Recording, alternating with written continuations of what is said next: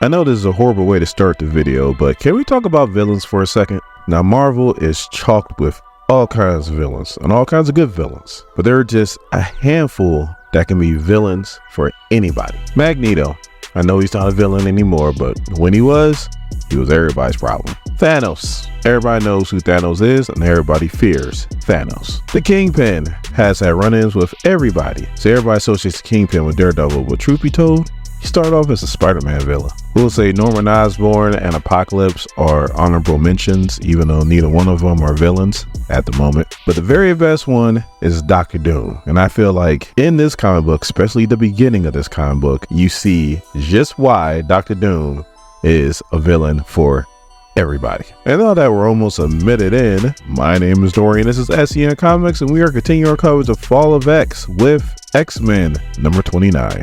So our story starts off in the past, right before Professor X let the world know who and what Krakoa is and how things are going to go down. So he starts his speech.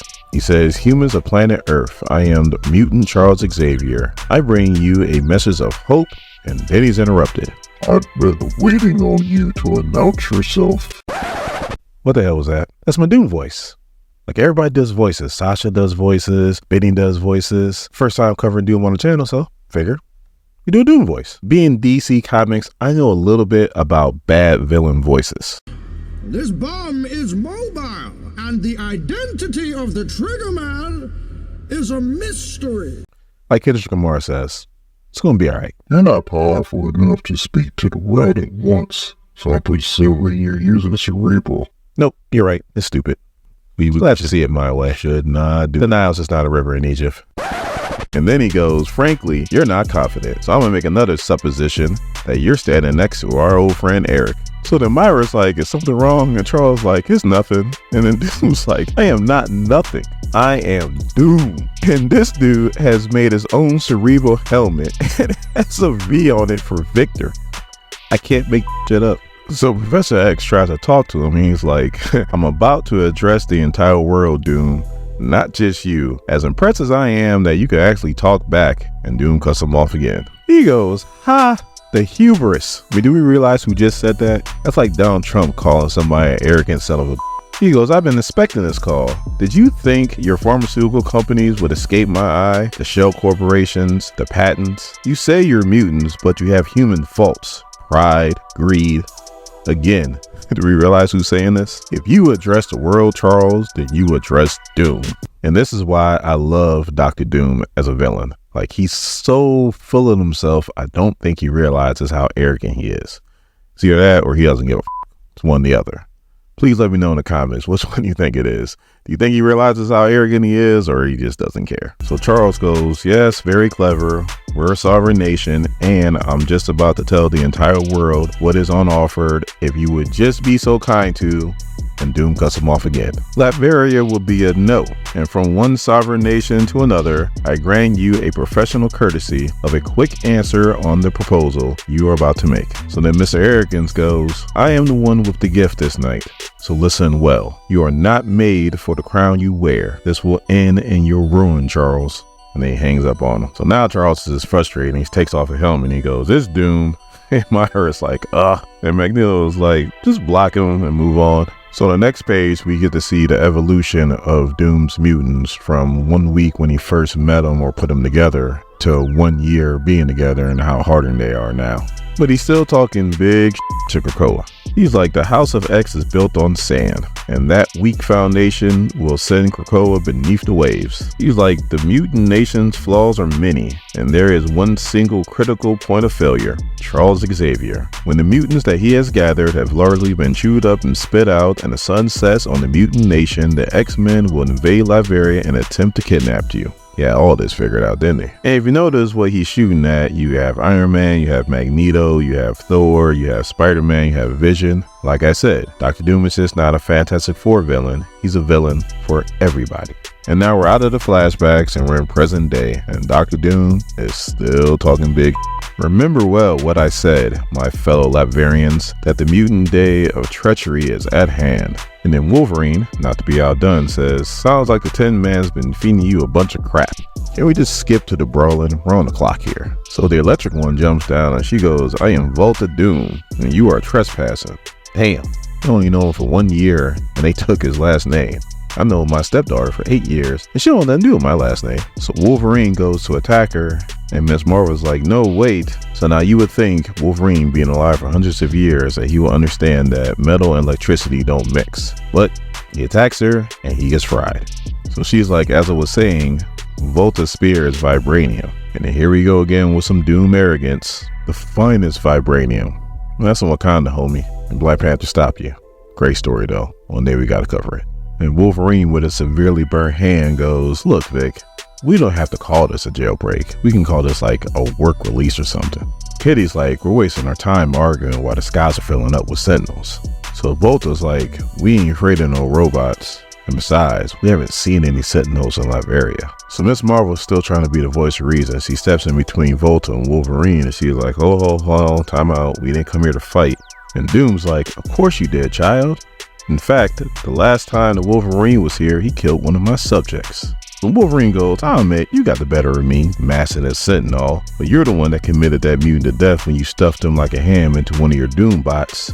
I don't know what he's talking about, but I really want to find out. So the big dude catches Wolverine and goes, quiet, varmint. Wolverine's like, what he calling me? I'm reading and I'm saying the same thing. I'm like, you don't hear the word varmint too often. There's only one person I know to use that word. And don't come back! I'll handle that Prince Varmint myself. So now Kate's like, all right, I'm done playing around. She starts attacking the big dude, and then we get our first flashback. So I guess Volta had no control over her mutant powers, and lightning would go everywhere. So she was a danger to anybody around her until Doom came and gave her that vibranium staff, which now she could channel her powers through the staff, which she uses to shock the hell out of Kate. But Miss Marvel comes from behind and snatches her staff from her. But then the big dude runs up on Miss Marvel, and Miss Marvel's like, look, we don't want to fight. And then Wolverine comes behind the big dude, stabs him hard in the back and goes, but I do. So the big guy's name is Sag. I think that's how you pronounce it. One of the mutants yell it out. And Dr. Doom goes, calm yourself, Iron Cloak. Sag is made of Latveria rock, I half expected him to say, which is the hardest rock in the known universe. And now we get to the big guy's backstory. So this dude was in a Latverian prison and Doom arrives on horseback and was like, do you want to join me? And then he just pops his chains and he was like, I could have freed myself at any time. And Doom was like, I know, your prison was of the mind. Now if you're straight, you can come on and take your place beside me. So the Wonder Twins want to join in. That's Iron Cloak and Dream. Doom's like, nah, you need to stay out of this. I want you to observe the brutality and see how they fight, because down the road, you're probably gonna have to fight the X-Men and their ilk. So then Doom's looking at the fight and he goes, ha, the unkillable dope just found out that he bleeds lava, the big dude. So then the plant lady's name is Nerium and she grabs Wolverine and I guess injects him with some kind of poison. Kate comes, cuts him out, and then they start fighting, and then we find out the plant lady's backstory. And she was an honest to God real life circus freak, like literally. And she was being kept against her will. So, you know, Doom had to show up, wreck shop on the circus and free her. So, you know, she's loyal. So then the plant lady attacks Miss Marvel. She loses the staff. It goes back to Volta. And then Kitty is like, we're just trying to liberate you. And they all yell at the same time, we are free. So then Wolverine is healing from the poison. And he's like, you know what? We'll just leave you with a ruler and we'll be on our way. Then Dr. Doom's like, I'm afraid you cannot leave until you have dined with Doom. So then Doom's like, there can't be much worth eating down in the horrible tunnels. And my chef had prepared special halal dishes for Miss Marvel. And Miss Marvel, she starts fangirling like, I can't believe Dr. Doom knows who I am. And she's like, I don't know how I feel about that. And then Kate's trying to talk to Wolverine. He's like, save it. I need a lot of calories when I heal. Besides, they rolled us. So Kate, she just can't stop pushing. So she goes to Doom and she's like, so you knew Krakoa was doomed to fail and you knew we were coming. You're so smart. What happens next?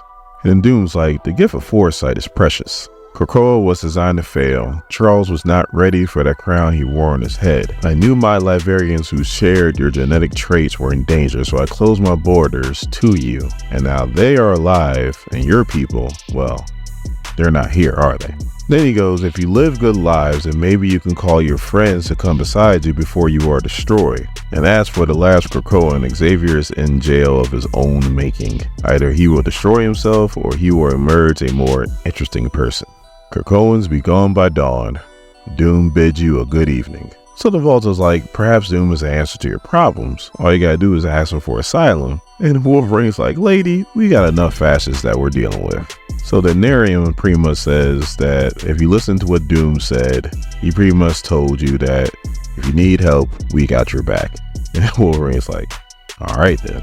So now they get back to New York and they're pretty much arguing about what happened as far as dealing with Doom goes. They get down to the tunnels and all of a sudden it's like a bloodbath and nobody's there, and Wolverine's like, what the hell happened? And I want to know that exact same thing.